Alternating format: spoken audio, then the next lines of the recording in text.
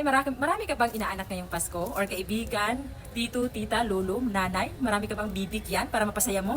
Aba mag-gift wrapper ka na. Mag-check out ka dito. Mag-bundle ka kung gusto mo makatipid. Pero kung gusto mo naman magnegosyo, mag-bundle ka at gawin mo rin ang ginawa ko. Ayan. Sa isang gift wrapper ay pwede mo siyang iapat. Tulad nito. So pwede mo siyang mabenta ng 15 or 10. Depende sa ginawa mo. Depende sa ayon sa ginawa mo, okay? Kung gusto mong kumita ngayong Pasko at kung gusto mong kumita, gusto mong magnegosyo, abating positive. Kailangan maging DIY ka at kailangan pag-isipan mo muna para naman kumita tayo. At heto na nga, i-recommend ko sa inyo.